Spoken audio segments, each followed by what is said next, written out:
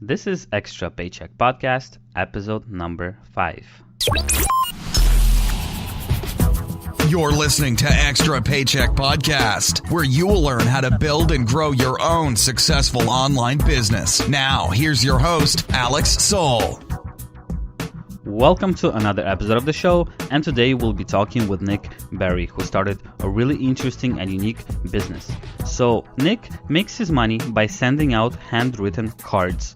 I know this sounds crazy, but his business is booming and the story in itself is very interesting. Enjoy today's show. Hey Nick, welcome to the Extra Paycheck Podcast. Hey, thanks, Alex. It's really great to have you here. Thanks. I really appreciate you bringing us on. I'm pretty new to the whole podcast thing, so it's pretty exciting for me.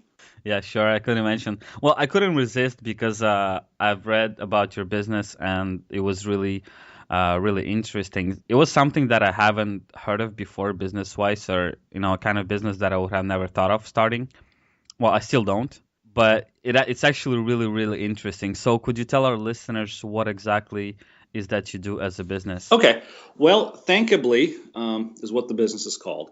The simple story is we sell handwritten thank you cards for sales professionals. They're a lost art. The top producers in the sales industry, it doesn't matter what industry it is, they send thank you cards, they send follow-up letters, they stay in constant contact with their customers. But not everyone does it because it's a lot of extra work. So we do it for you. We make it really simple. Our basic premise is you can send a thank you card in 30 seconds. So, and it really is. It's a handwritten card. We handwrite every single one. We take all the data. You tell us what to write, and we send it to the person you tell us to. That's it. It's a simple concept. Mm-hmm. So basically, it's thank you cards that are sent from the salesperson to their clients, right? Yes. Okay, and they're using your service to do that. And it does sound pretty cool, as you're saying it's handwritten. Every card is handwritten. Yes. We have, in the past we were buying retail cards and writing them.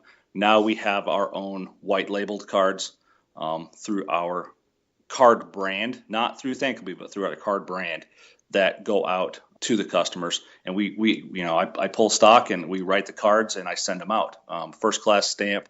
It's the same as getting it from you, or and a lot of people will say, well, it's not for me, it's not personal. Most people, the top producers who are sending thank you cards, they're not doing them anyways. Their assistants are doing them. If you're selling $5 million a year in real estate, you're too busy. You have at least one assistant, and they're doing these for you anyways. So, and I'm a big believer in leveraging time for money. And so what is your time worth? Is it worth spending an hour to write 10 thank you cards? Or would you rather spend an hour playing ball with your kid while we write the thank you card for you? Yeah, that totally makes sense. I hear of that happening a lot in the internet marketing business world because a lot of people say that, for instance, somebody posts a story how they spend 4 hours a day working on their business and they're making a decent income, let's say something you can live off. And then all these people are jumping in screaming, well, you should do it 10 hours a day, you'll make a lot more money. But the thing is, it's exactly that also. What is your time worth to you? Yep, absolutely. Right? You could spend your time, let's say you could spend 4 hours working, and then you could spend another 4 hours researching something else, something different, maybe starting a better business, which is not really working as in, especially in planning stages. Anyway, yeah, that's the point. And I guess if you have a good business and you're making a lot of sales and a lot of money, you should invest your time getting more business rather than, writing cards or doing tasks that you could outsource or send it to someone who's more professional and who does it for a living, like you do in a way. Yes. That's what you do. That's your specialty, right? Yes. And we do, we've expanded this month. Every month we've either added a feature or added a service. This month we added sales letters. They're not, the letters themselves aren't handwritten. We will print the letter and then we handwrite the envelope. This is pre-sales, post-sales, follow-up, stuff like that. That's one of the things that we've had a lot of requests for, and I said, okay, it fits right in with what we're doing. We can do that, and we can provide a good value, and we can I guarantee it'll be opened.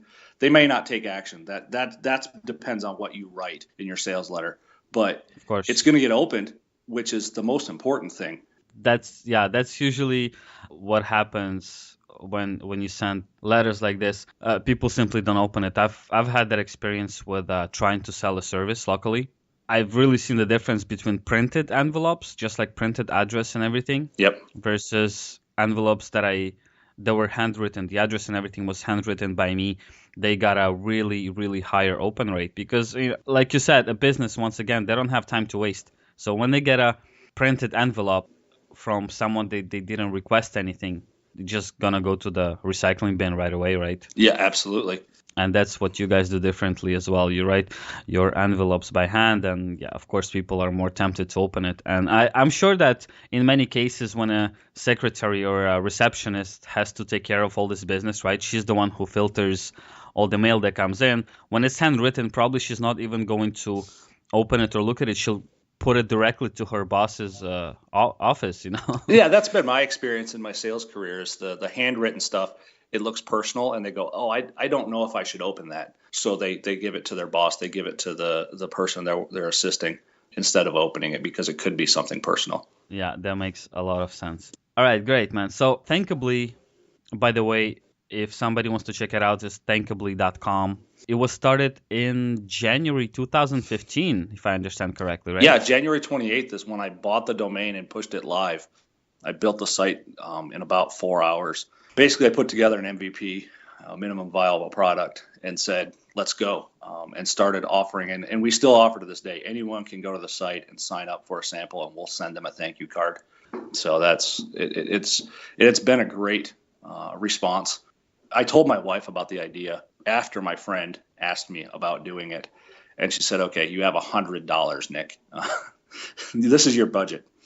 I said, I'm building a website. The only thing I have to buy is thank you cards and postage. I have pens. I write, and my full-time job, I'm in sales. I write 50 to 100 thank you cards myself every month anyways, to all of my customers, to all of our service customers, et cetera. So it's something I'm already doing. So, it wasn't a big deal. And we've done, last time I looked, I think we're going to close $9,000 total in the last 78 days. Wow, that's actually pretty great for a brand new business. Okay, yeah, brand new business, all great. But the thing is that, as you mentioned, you had your startup cost was less than $100. Yeah. Yep. That's pretty amazing what you've achieved so far. All right, so how did you get started? How did you start getting clients? Since it's kind of a unique service and it's brand new. How did people hear about you? Okay. First, it started out, my first client was someone asked if someone would do this. And I said, I can do it. And I figured out the costs. And then I've been in sales for 15 years. I've sold everything from office supplies to insurance to media, advertising. And I have a lot of contacts in the auto industry and several really good contacts in the real estate industry. And I just started calling them. I love getting on the phone. It's my favorite thing to do. I prefer to do in-person cold calling or warm calls, but I just don't have the time to do it. So I love getting on the phone. I've never had a problem jumping on the phone and just talking to people and telling them about what I'm doing, asking how I can help their business. And that's what I did. I average 12 calls a day. A lot of them are people I may already know. So it's not exactly a cold call, but it's a cold call as far as this service. So yeah. It's not terrible. People have to remember, if you're starting something out, you got to be able to make the call. You have to be able to sell your product. And that's the core of it. Yeah, that's true. And that's something that scares me. Cold calling or even warm calling, just calling people up. And, I guess you're a professional. And as you said, you love doing it. And I see why you're able to make 12 calls a day trying to sell the service. And that's just on my lunch. If I didn't have a full-time job, I'd probably be able to make a lot more calls. The internet resources to be able to find a person's contact information are actually awesome. When I started in sales, I wish I would have had the internet. It would have made my life so much easier. But I can find a sales manager to a car dealer in a matter of 30 seconds. Yeah, So even if I don't have a lead, I can make my own. that's great stuff, man. So basically, at this moment, you're really hustling between your full-time job, your thankably, your family, and that's a lot of stuff going on. How are you managing all that? Quite honestly, it's just kind of doing it as I can. The thank you cards, I write them every night. I get an order, we fill it.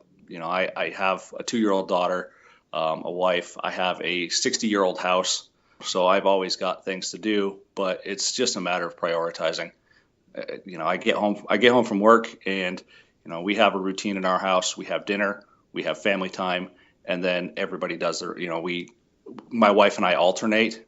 We have family time, and then we each have a night that's just me and one of us and our daughter, and then we kind of do our own thing. And then I set my priorities. I don't do any business on the weekend. If I get an order over the weekend, I'll fill it, but it'll probably be at 9 o'clock. But it's just a matter of I have to set my priorities. I am a whiteboard fanatic. I have a whiteboard in my garage. I have a whiteboard in my basement. I have 2 whiteboards in my office. We have them on the walls of our service center, and we write down everything that's going on. And it's the only way I'm successful is prioritizing everything. That makes a lot of sense, man. And I know a lot of people actually struggling with it because, especially when there's so much to do. Actually, I've found myself procrastinating because there is so much to do or so many things that I plan on doing. And if you don't put an order to those tasks, you'll just be overwhelmed with everything you need to do, and you'll end up doing nothing at all. Absolutely. I've been wanting to do my own thing for a long time, and I have spun my wheels, and I found that the more online to use, the less I get done. So I am, just like I'm reverting back to old school with sending handwritten thank you cards. I have notebooks now, 8.5 by 11 sheet notebooks. My day is on one sheet of paper. That's it. If it doesn't fit on the paper, it's not going to get done. I took the Tim Ferriss approach. Everybody's read 4-Hour Workweek who's doing this, and it's basically you put your priorities. If I have to leave, these 5 things have to have been done, or I'm not going to be happy, or I'm not going to be successful for the day. My success is a daily process, not a annual process or a 5-year thing. Am I successful every day? So, and that's the only way it works. Yeah, totally, man. That's really good advice, actually. I know also a lot of people claim that it works for them, as you just mentioned, the success measured by the year. But what people do, let's say, they plan out all the things that they want to achieve in a year, all the things they want to buy, and all the experiences they want to have, right? So they count, okay, it's gonna cost me this much money. Let's say I'll need to spend $100,000 within that year to achieve all those goals, right? Then what they do to get closer to this goal, they would divide that by 365 days.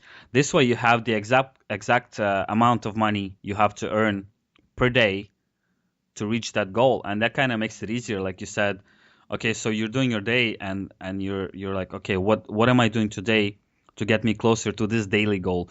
Because in a year, a year is so hard to measure, and so many things could go wrong, and so many plans could change.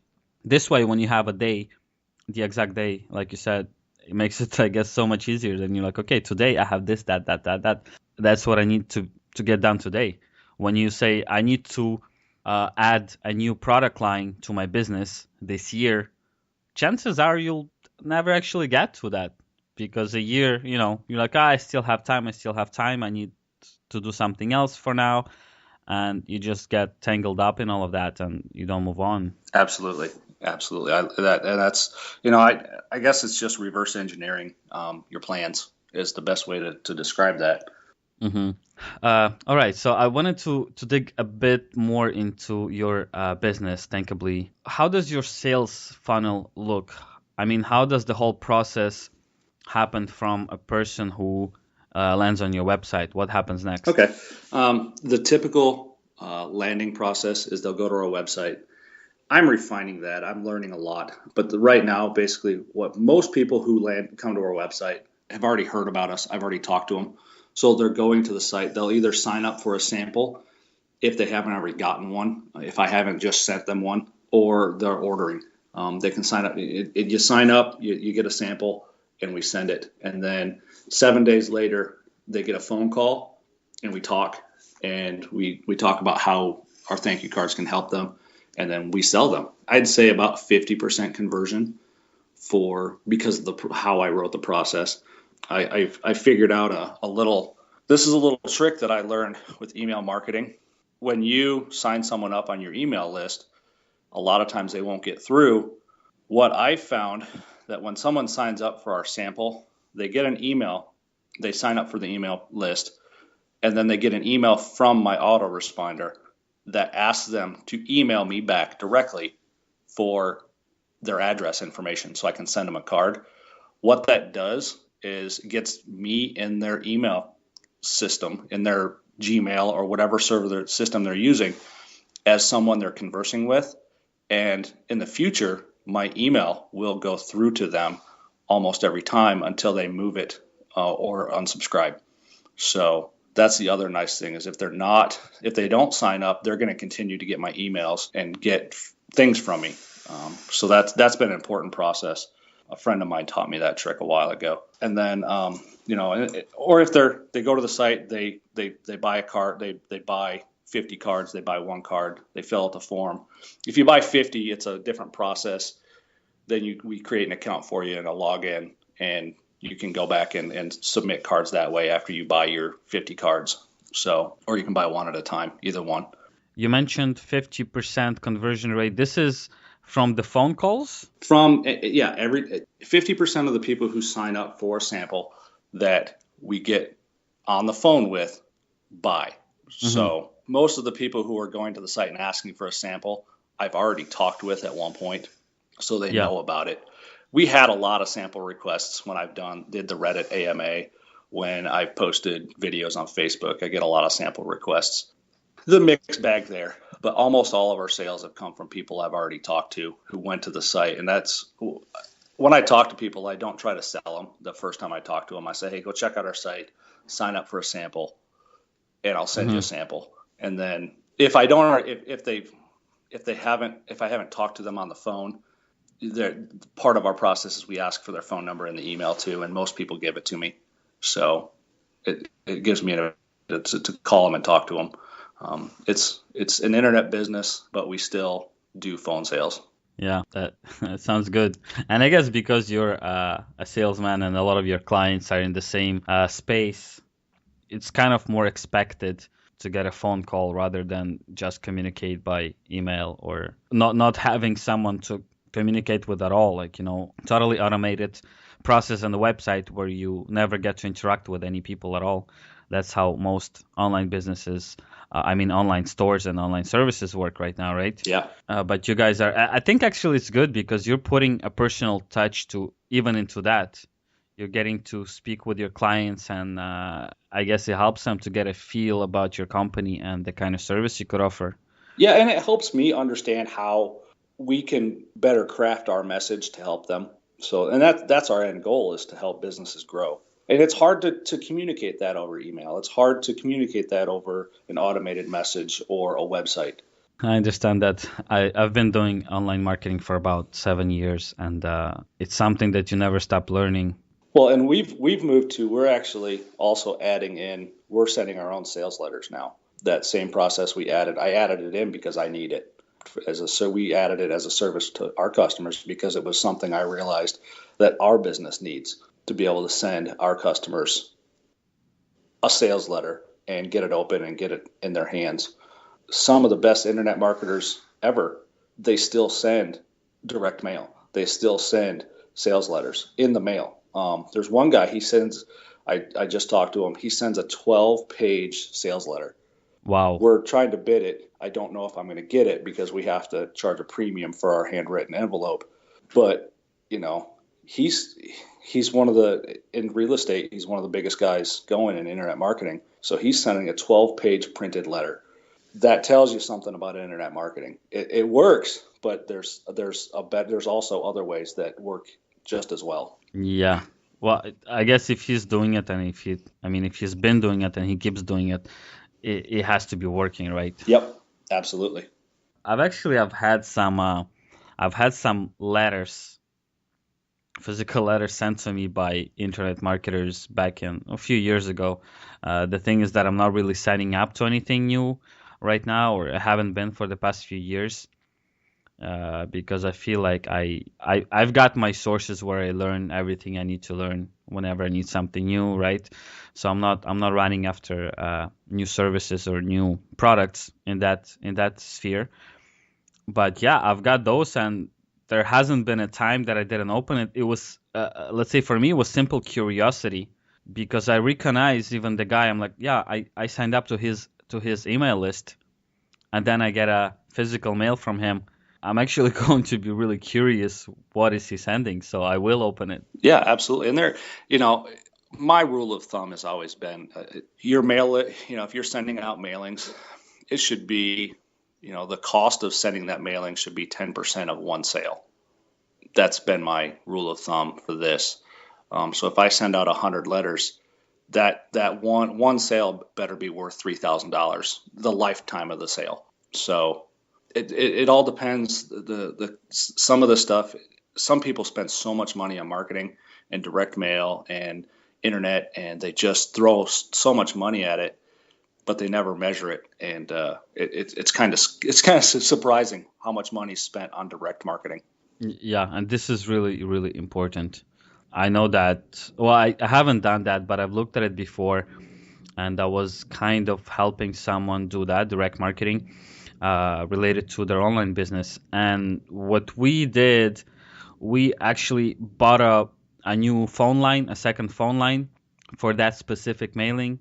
We opened up new email accounts and new links, new websites, everything you could possibly imagine to try to track every little client that comes from that mailing, to finally measure if it's worth it and how much profit is being generated or how much loss, and try to figure out why are we not making more money, or why we made so much money. But yeah, tracking was really, really important, tracking every single result, even from direct marketing, from sending out physical letters. Yep, and that's something that a lot of people don't know about. I do a lot of networking events, and I get a lot of chiropractor offices and dentists who want to talk to me, and they say I spent $15,000 last quarter on direct mail, but I can't quantify it. I can't say how much it brought me. I said, well, why not? It's not hard to figure out how to do it. Your direct mail company should be telling you how to do this. It should be part of their consultation. And they're just taking the money and they're renting a list, or they're sending every door direct mail, but they're not putting in a phone line. They're not putting in a special URL. It doesn't, and I figured out with Thankably, I don't even have to buy another domain name. I just do a short slash subfolder, and that's what we're pushing to. That tells me how people are finding me, and that's the only place that people can find that subfolder is through the direct mail we're sending, the sales letter we're sending. Totally, man. I do that on my websites. When I send people to a specific offer or to a sales page or something like that, a place where they have to take an action, right? Yep. So every single link that I have on my website is a different link, is a tracking link. Yep. So in the end of the day, I'll be able to say, okay, putting up a link on top of my homepage doesn't work, but putting up the same link at the bottom left corner of that same page brought me 20 new subscribers. And putting that link in my email signature doesn't work, but listing it as my website on Facebook brought me 30 people. So kind of, I'm tracking every single link that actually goes to the same offer, right? Yep. But I know which link works and which efforts are paying off, and otherwise it's just a waste of time and a waste of space.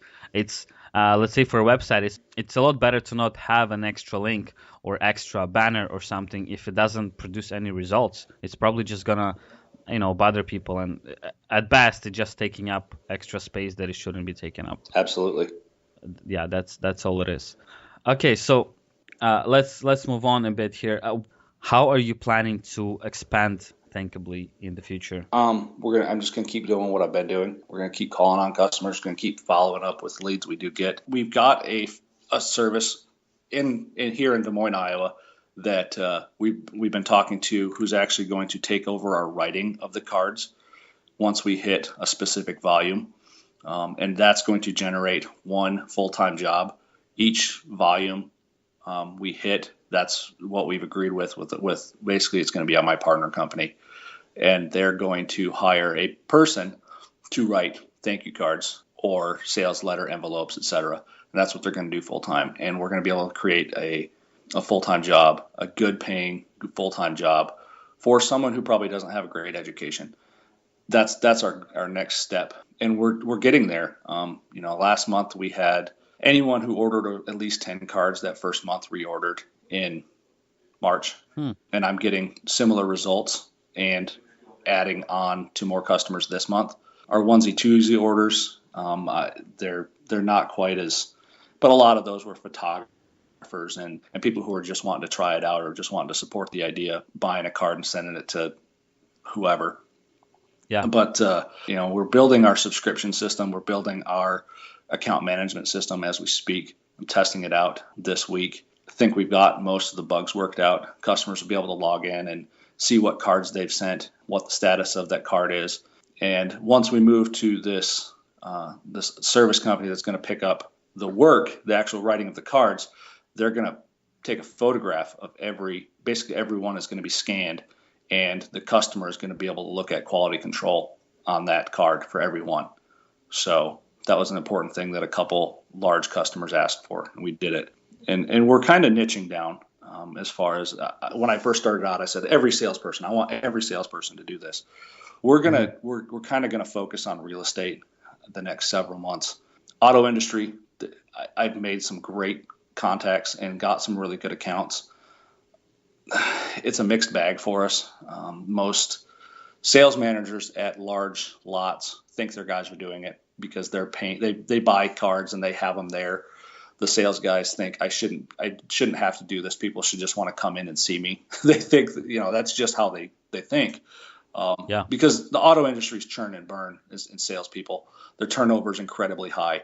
And the sales managers, they already have so much other stuff. They're not watching to see if people are actually doing this extra stuff. The top producers already do it. But real estate for us, I've realized after talking to some local contacts and local friends in the real estate industry, it's a business within a business. They're all independent contractors within an agency or broker. They're so busy doing all this other stuff. And I can hit them at networking events. I can get in contact with them, and when somebody says, hey, well, what do you do? I send handwritten thank you cards. It piques their interest. And they look at me for a second, and then they go, wait, you send thank you cards? You mean you print them? No, we handwrite them. Really? How can I sign up? And it goes from there. So that's and we're going to kind of focus locally as far as sales effort. It's just the easiest way I can take a day off at my office and go, follow up with leads I got at networking events, and I have people telling everyone they know about us. So I have evangelized some clients and customers, and that I've never had anything where people wanted to talk about what we do, what I do. My full-time job, I sell agricultural equipment. Mm-hmm. Nobody wants to talk about what farm equipment, but it's been kind of fun having people call me, hey, I heard you're selling thank you cards, or send me an email or jump on Facebook and send me a message. And it's been weird for me. So it's been really fun too. So, and that's, I think, a big differential thing for me is how much fun it is to talk about what I do. Mm-hmm. So, have you ever read The 4 Hour Work Week? Yes, I And did when Tim several Ferriss times. says, people ask me what I do, I sell drugs, or I'm a drug dealer. Yeah, It's the same thing. yeah. I send thank you cards. You Yeah. send thank you cards for a business? Yeah. So they look at me like I'm a liar or that's insane, which is fine. It is insane. Those are the best things. The best businesses are the outrageous, insane businesses. Well, see, regardless if they think it's insane or not, it does pique their interest and they do ask for more information, right? That's what matters. Yeah, absolutely. All right, so you're planning on staying local for now. I'm pretty sure that once it picks up to higher levels, you're not gonna stick to local. You'll No, be doing more national, and you'll be branching out to other cities, other states, other industries as well. absolutely. And part of it's just it's the marketing's easier. I'm having a couple discussions with some realty boards about becoming a preferred vendor, which will be a huge thing for us if we can get a couple key states as just the realty boards a preferred vendor. Just being on their site and being in their directory for realtors to find us will make it a huge thing for us. Same thing with like Remax and Keller Williams and some of the other really large realty broker franchises.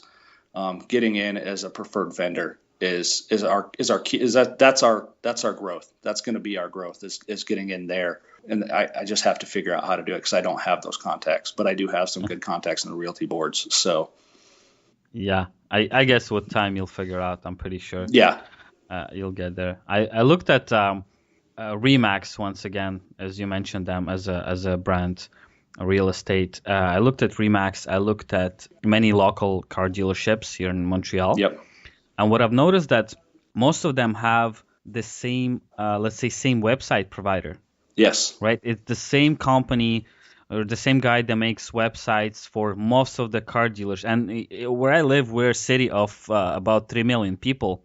So you could imagine we have a lot of real estate agents, we have a lot of car dealerships. And the same thing goes to Remax. I looked at different agents' websites, and it's usually the same company, the same web designer that makes their websites. And the websites, they look actually pretty bad. They look outdated, but they just go with that guy because he's the preferred seller, as you call it. yep.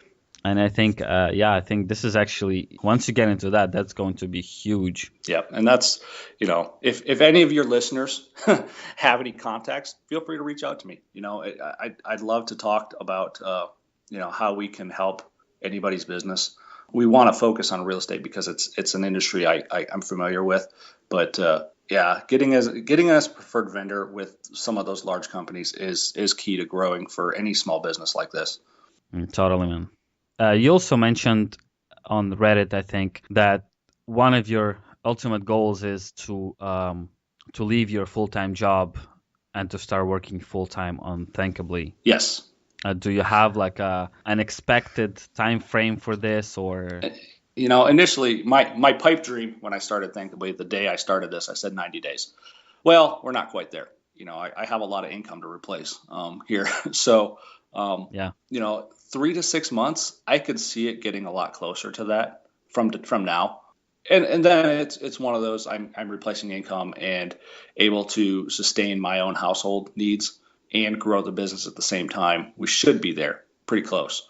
And at that point where I'm already, if I'm getting there, we're either hiring the writers or we're doing the service business. The fulfillment service business is going to be doing it for us. And then it gets a little easier. And then I don't have to write cards and I can focus on selling and marketing the business. So, but right now I'm able to do a lot of this part-time. I took my lunch today to do this podcast interview. I have some flexibility. I am the sales manager for the business. So I do have some flexibility with my full-time job, but I get to the point to where I just want my own thing and I kind of want to control my own destiny. I think that's a lot of people's dreams. That's 3 to 6 months. I think that's very realistic, actually, especially in your case, looking at the growth you're having now. And as you said, many of your customers who ordered are already reordering. And I guess some of them are already reordering with bigger orders, right? Yes. Yeah. And some of the people, a lot of the people who are original or customers who are reordering are car guys. They can only sell so many cards, but we're also adding things like the follow-up letter and stuff like that. And they're going, oh, well, I can do that too.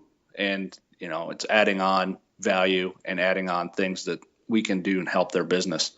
I was talking to a car guy yesterday on the phone. He sent out, there were tornado warnings at his dealership in Kansas yesterday. And he sent out he just sat down and wrote out 26 letters. And he actually came across the video I posted on Facebook 2 days ago. And he said, you could have done that for me, and I could have been at home instead of sitting in the dealership in a tornado warning. I said, yeah, there you go. I could have, but you didn't know about me until now. And so he's coming on board. We're going to pick up. And he's probably, I think he's the top producer at his dealership. He's, like I said, he wrote out 26 letters yesterday and sent out 26 cards. So he's doing that stuff every day. And that's the difference in a top producer and a regular salesperson.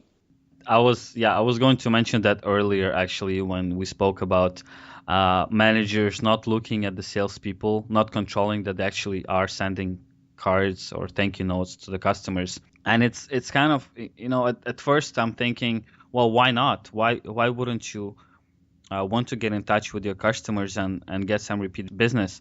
But then at the same time, when you mentioned that there's such a huge turnover in salespeople, especially in the car industry, right?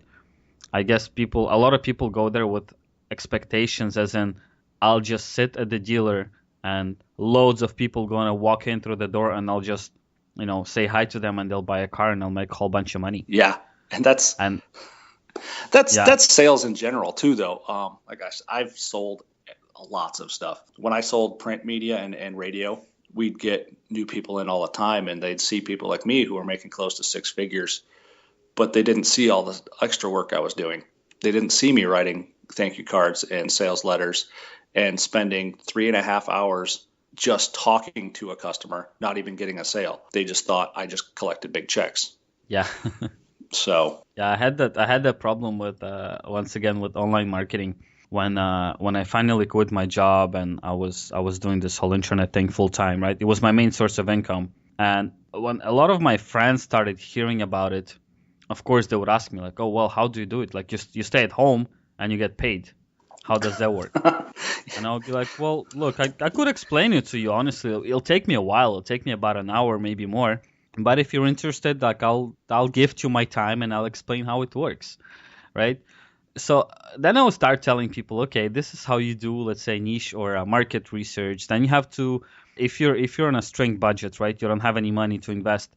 So you'll spend more time learning how to build a website because you don't want to pay anyone for that because, well, it's not that you don't want to pay, you don't have money. Then you have to do this, that. Then you have to do marketing and it goes on. So as I'm in the middle of the whole explanation of how to start a business online, they would interrupt me and they'd be like, whoa, but I have to like put in work for that. Yeah. Like, yes, if you want to get paid, you have to put in work. If you want to get paid a lot of money, you have to put in a lot of work. Yeah, a sales career is not built in a good sales career is not built in a year. Good sales career is built in like 5 years, and it's always working. It depends on the industry. It depends on the process. I've got a friend who sells title insurance. Title insurance. Yeah, title insurance for real estate. I don't know the Canadian real estate business very well, but in the U.S. they sell title insurance that say anything goes wrong with when you sell a house or you buy a house, if say the deed was bad, the title insurance picks up the cost to fix that stuff. Okay. All he does all day long is visit real estate agents and loan officers and mortgage brokers. That's all he does. He goes to offices and he doesn't make phone calls. He doesn't send emails. He visits people every single day. He's probably the top title insurance producer in the state of California. Wow. But that's all he does. He visits. Yep. And he's been doing it for 6 years. And I see him on Facebook and he's just a machine. But that's how a sales career is built. And most people don't want to put that kind of work in. They want to go into their office. They want to punch the clock. They want to sit in front of a spreadsheet or an email. And that's what they want to do. And that's the differentiator between a good salesperson and an employee. Makes sense. Oh, one thing I learned is sales is not for everyone. You have to be an outgoing person. You have to be able to take rejections and figure out why they're rejecting you. It's not typically you. It's you didn't tell them why they should buy from you. You know, my very first sales mentor, he said, Nick, people aren't buying a product a lot of time. They're buying from you, but they're buying why they should buy from you. And most people don't know how to put that kind of work in, and it's hard. Yeah, that makes total sense, man. At some point, I was buying a new car at a car dealership, and the whole sales process ended up with me showing the sales guy all the like features in the car. Like, is that normal? My car guy, we had a car. I've had a car guy since I moved to Iowa, and he was great. He retired last year, and my wife, her Trailblazer is about ready to need to be replaced. And I'm like, I don't even want to start thinking about trying to find a new car guy, because I'm not going to walk into a dealership and just say, who wants to sell me a car? I'm going to find someone that is a good salesperson, is a good someone who's good at follow up, who's going to take care of me. And I'm not looking forward to that. I think selling to salespeople is probably the hardest thing in the world. You know, I really appreciate you bringing me on the podcast. I was reading through what you've done. That's your internet marketing, man. That's a tough business. Yeah, well, see, honestly, I'm kind of, I don't want to say I'm all over the place, but I started this whole thing with really internet marketing, but a lot of things have changed since then. I've been doing it for almost 8 years now, and I'm at the point where I'm starting a business selling physical products. I do offer marketing services to local businesses from time to time, such as online marketing consultations. I help them build their websites, build an email list, things like that. So the internet marketing for me was just like an eye opener, right? A gateway into the whole world of marketing. And now, I still do internet marketing, but the whole meaning of internet marketing is kind of hard to explain, right? Yeah. Because it has so many angles. Because what you're doing is internet marketing in the sense that your business is online, and you do have to do internet marketing somehow. So yeah, basically there's so many angles, and I'm kind of I think finally after 7 or 8 years I'm trying to figure out exactly which part of it I enjoy the most. And just like you said, it makes a whole world of difference when you tell people what you do with a huge smile on your face, and you're like, yes, this is what I do. And people feel it when you're passionate and when you really love what you're doing. Yeah, absolutely. I guess it's the same thing. Not I guess, it is the same thing for you, and thankfully, especially when you talk to people about it. Yeah, it is. I think a lot of people, I get a lot of questions. Well, how'd you do it? I just took action. I just started doing stuff, and I started finding out what works, what doesn't work. Yeah, about a month ago, I posted my first video. It wasn't anything fancy. And one thing I've taken away from the startup community I've been dealing with here in Iowa is just ship it. That's a lot of guys, a lot of people's philosophy is just ship it. It doesn't have to be perfect. It just has to be good enough. And so I did a selfie video, posted it on Facebook, and got, I think by the time we got done promoting it, we got 10 sales. That's cool. And it's a video shot on my iPhone on a selfie stick, standing in my office, talking about what we do. I did another one a couple days ago, and same thing. Posted online, promoted it on Facebook, and got a few sales from it. So it's been, just do stuff. When people ask, how do I do this? Just do it. I had someone on Reddit say, hey, I want to do what you're doing. I said, all right, what can I help you with? I'm not afraid of somebody else coming. That's the other thing. Well, you tell people about your business. Aren't you worried they're going to steal your idea? If you're crazy enough to want to write thank you cards for a living, I welcome you into this space. I welcome you with open arms, you my insane brother. So yeah, totally. And this goes out to all the listeners. Nick, you are not the first one to say that. But once again, you started something from scratch. It started growing rather fast, and you're seeing good success. And your main suggestion here is take action. A lot of people have said that. I mean, pretty much every guest on this podcast has said it so far. Take action. And guys, whoever's listening to it, I know that this might sound cliche, but look, that it's proof that that's what works. That's what really works. Take action. You don't need to have a perfect plan or you don't need to know everything to perfection, to every detail, but you do have to just jump into it and start taking massive action. That's really important. Yeah. When I told my wife about it, and my wife, she's an analyst for a mortgage company. She's a planner. That's what she gets paid to do. She gets paid really good money to plan. She said, well, where's your business plan? I looked at her. I said, I don't have one. I have a roadmap, but I don't have a business plan. I have revenue goals. I have what we're going to do with every dollar. That's my map. I have a place I want to get, but I don't know how I'm going to get there, and I'm just going to do it. And I'm going to write down, and I take notes and I journal about what I'm doing, so I know back and say, this is what I did today, this is what worked, this is what didn't. But yeah, take massive action, be outrageous, be crazy.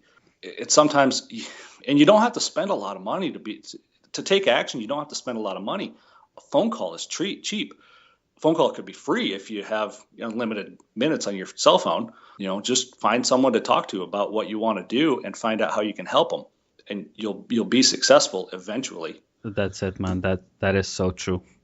That's what works. Well, I guess we're going to wrap it up. All right. So Nick, once again, thank you so much for being on the show. Sure. I hope some of my listeners will order handwritten thank you cards from thankably.com. Absolutely. One thing I've learned is give people cool stuff. Anyone who listens to the podcast, I'm going to throw a discount code out. And we're going to call it Paycheck. That's going to be the discount code. 15%, and we're just going to keep it open until people stop using it.